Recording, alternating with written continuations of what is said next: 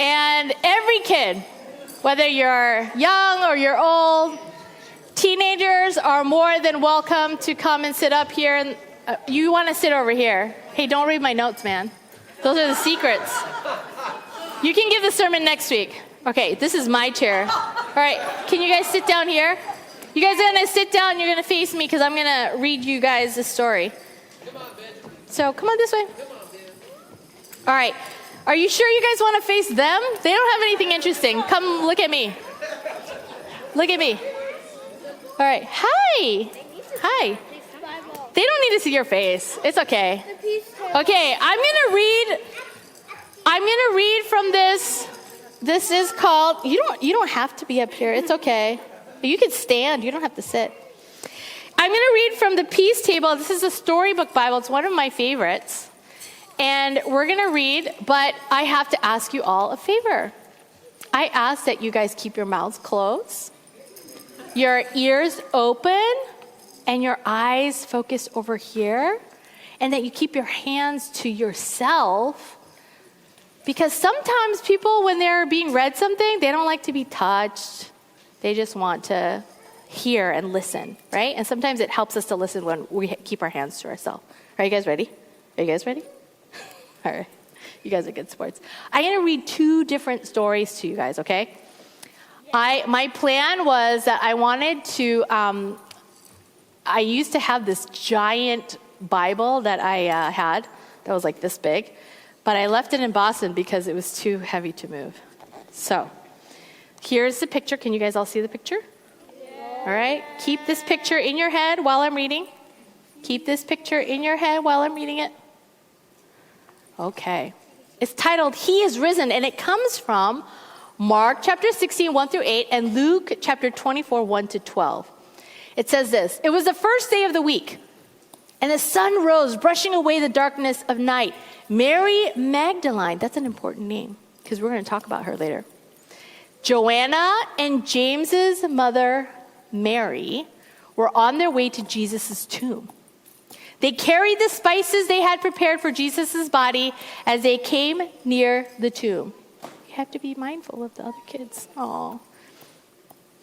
As they came near the tomb, Mary said in surprise, Look! The stone has been rolled away. Who do you think rolled the stone away? Jesus. How can this be? Wondered Joanna. They looked inside the tomb, and guess what? It was empty. It was empty. Where was Jesus' body? Suddenly, 2 men in dazzling clothes stood before them, and the women were terrified. And they bowed down with their faces on the ground. But the men said, Why are you looking for the living here with the dead? Jesus has risen. Can you guys wave your... Jesus has risen. That's right. He is no longer in the tomb. Remember how Jesus told you that he would die and rise again on the 3rd day? The women did remember and hurried away to tell the news to the other disciples. But one disciple said, This is nonsense. Your story cannot be true. I saw Jesus die, said another. He could not be alive again. But Peter got up and ran to the tomb. And looking inside, he saw only the linen cloths. Jesus' body was not there. And he went home amazed at what he had seen. All right, one more, guys, because we're going to get to the thing that I'm going to talk about. And this is just another perspective of the empty tomb from John chapter 20, verses 1 through 18. And look at this picture. Did I show you guys this picture? Try to remember this picture in your head. Yeah, all right. It was the first day of the week. And early in the morning, while it was still dark, here's this name again, Mary Magdalene went to Jesus' tomb. And the stone had been rolled away from the entrance to the tomb. And she ran to tell Peter and John, They have taken Jesus from the tomb. And she exclaimed, I don't know where they put him. Peter and John raced each other to the tomb, and John got there first and bent to look inside. And all he saw were linen cloths that had been used to wrap Jesus' body. And then Peter came right behind him and went inside, and Mary was right. Jesus' body was gone. The two men went home, but Mary stood outside the tomb weeping. Why do you think Mary was weeping? She was crying. Zoe, why do you think Mary was crying? Because two boys took Jesus. Well, maybe she thought Peter and John took Jesus or somebody else. Yeah.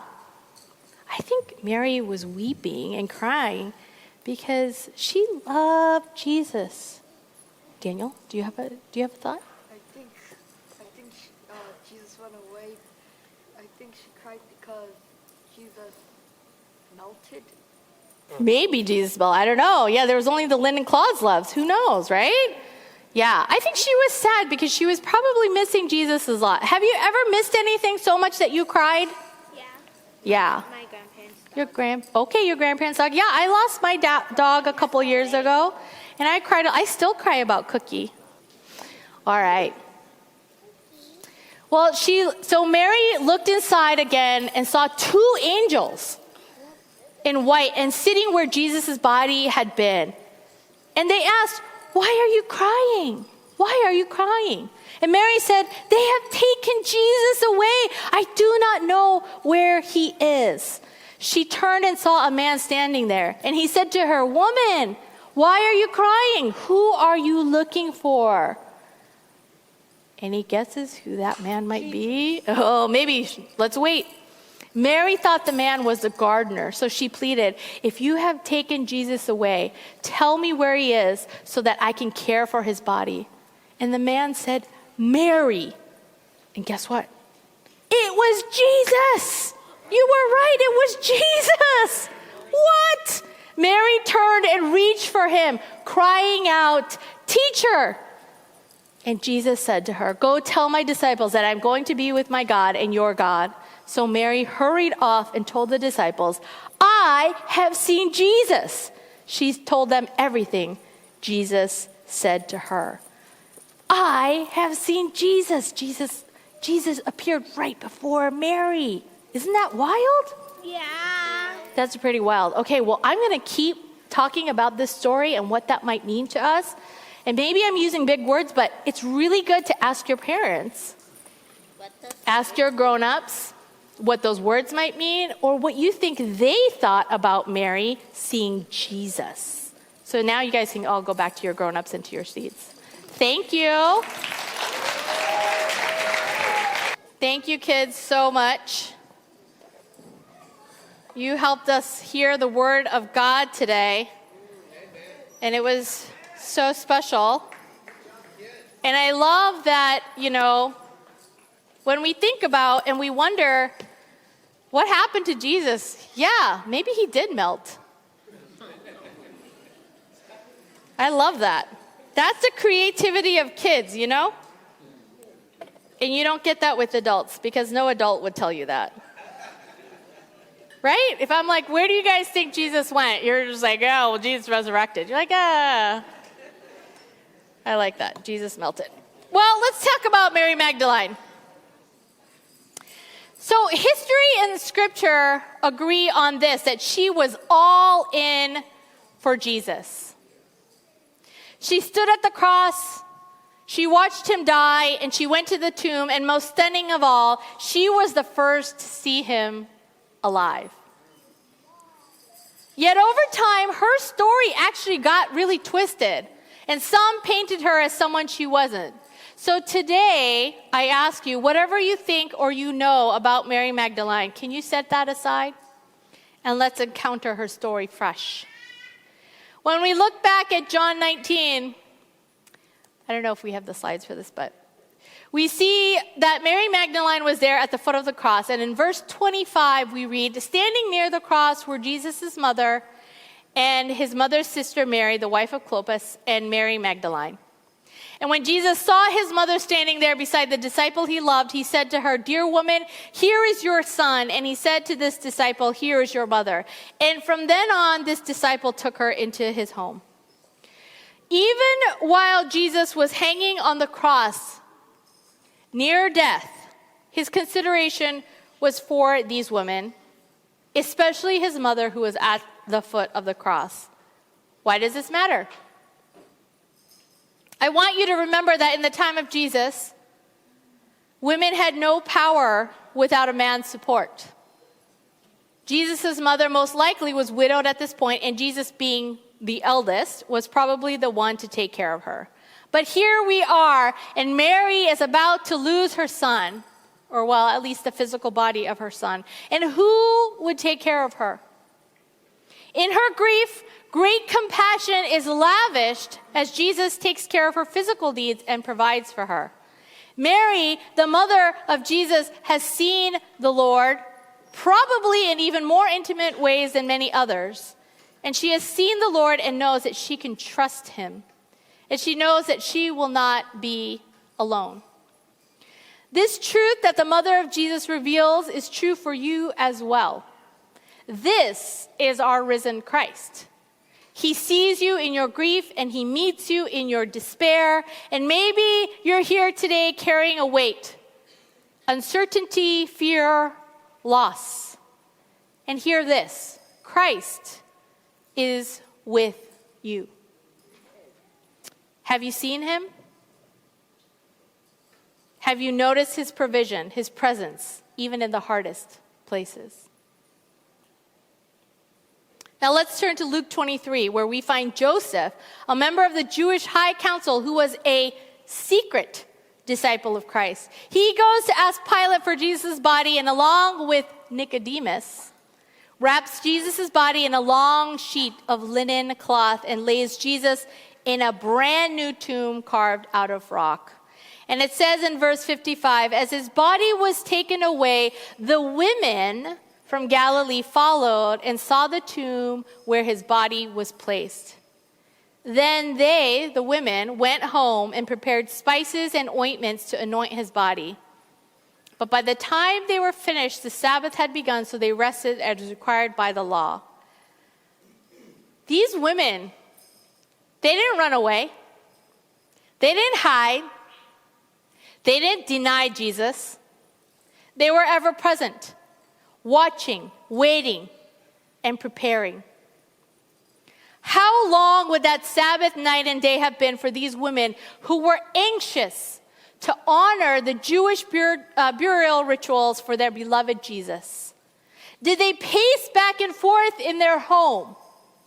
Did they remind each other to rest and remember the promises that they had heard growing up from the mouth of Jesus himself?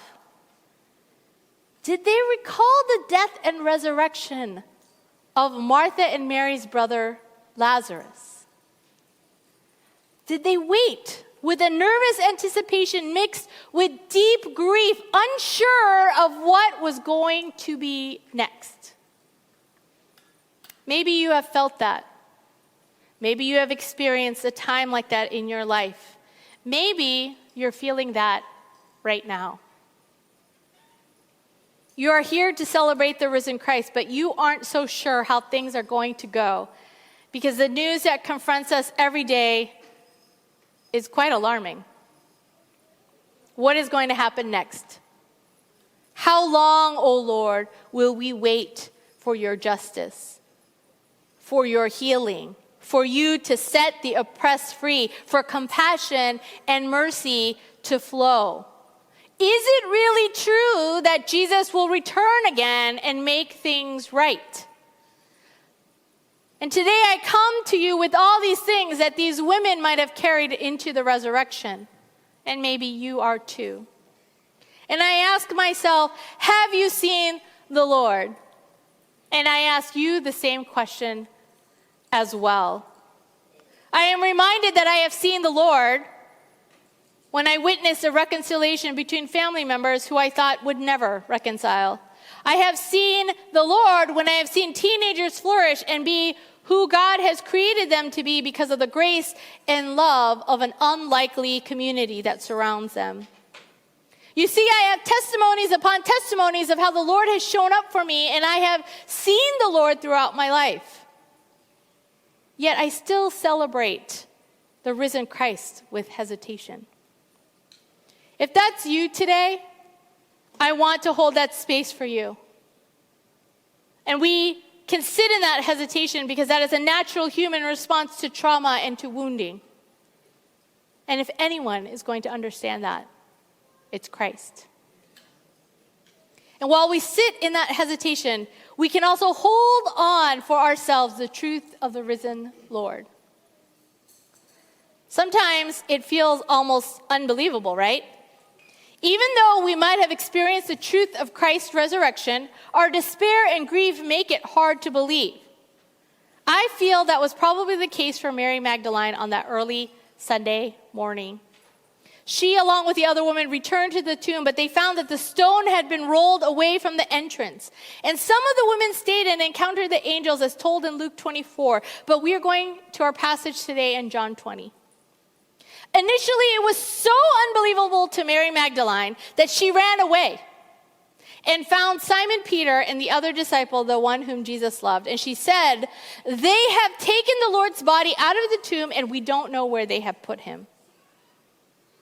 And I am sure that the other women also went and told the disciples of what they encountered, but in Luke's version, it says that they didn't believe them. It sounded like nonsense.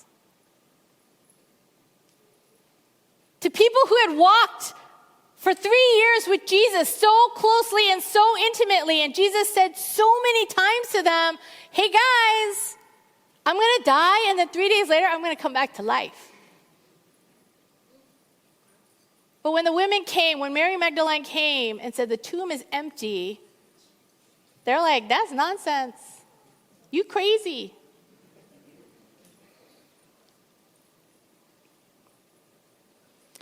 But Simon Peter and the disciple whom Jesus loved, John, they both ran to the tomb, and they realized, oh my goodness, Jesus has to be alive, just as he said. But then in this weird abrupt turn in verse 10, it says that they just went home. I don't know why they just went home. Maybe they were in disbelief that Jesus had resurrected, or maybe they were scared. Or maybe it was a combination of both due to the significance of what this might all mean if you have a resurrected Lord.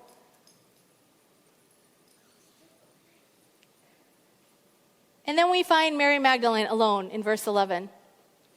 And she is standing outside the tomb, and she's weeping because the grief is so overwhelming. And while she is crying, she peeks inside, and to her surprise, she sees 2 white-robed angels, and they ask her, "Dear woman, why are you crying?" And so in her grief, she replies to them, "Because they have taken away my Lord, and I don't know where they have put him." And as she gets up to leave, someone else is standing there. But she doesn't recognize that it's Jesus. And he asks the same thing. He says, "Dear woman, why are you crying?" And then follows up with, "Who are you looking for?" And in an interesting twist, Mary thinks that this is the gardener. They are in a garden after all. And so she pleads with this gardener. She says, "Please let me know where you've taken Jesus' body." And then Jesus says, "Mary," calls her by name. And in that moment that she hears her name said by that familiar voice, she turns around and she cries out, "Rabboni," or teacher. And then Jesus says something even more interesting to her. He says, "Don't cling to me, for I haven't yet ascended to the Father, but go find my brothers and tell them, I am ascending to my Father and your Father, to my God and your God." Now, does Mary Magdalene stick around to ask more questions? Because I would have. I'd be like, "What?"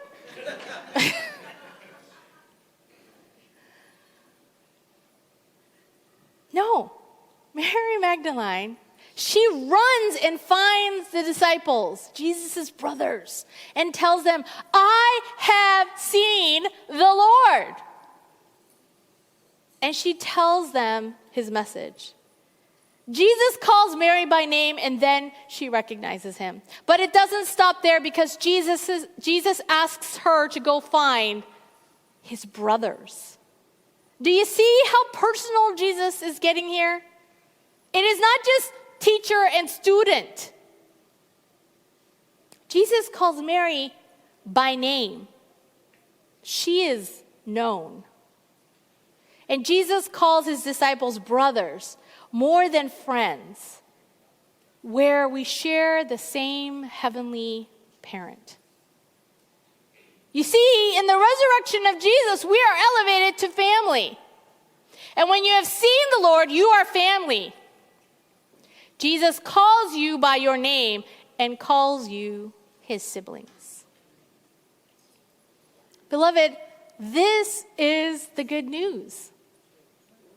It is that Jesus, who died on the cross out of his great love for the world of yesterday, today, and even tomorrow, came back to life so that we could attest, just as the women who loved Jesus, just as Mary Magdalene, I have seen the Lord, and be proclaimed as Christ's in the Lord's family. But I want you to notice and see who Jesus appeared to first and who made that first proclamation. See, the first preacher of the resurrection wasn't Peter, James, or John, or a usual suspect that you would think. It was a woman. It was a woman. It was someone that society overlooked. And that tells us something. You see, God shows up in the margins, not in palaces or power, but in gardens, empty tombs, and broken hearts. Now, I don't know how this Resurrection Sunday is landing for you this year, but wherever that might be for you, my hope and prayer is that from here on out, as you look in the unlikely places, which might even be in the unlikely places of your own life, like in reconciliation you never thought possible, or in provision that came at just the right time, or maybe in a community that carried you when you couldn't walk alone. Whatever you're carrying today, hope, hesitation, or heartache, this is the good news.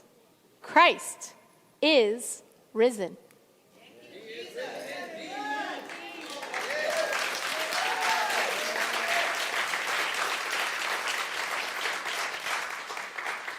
And because Christ lives, you can face whatever comes with you with this confidence that you are seen, you are known, and you are family. So go like Mary and proclaim it.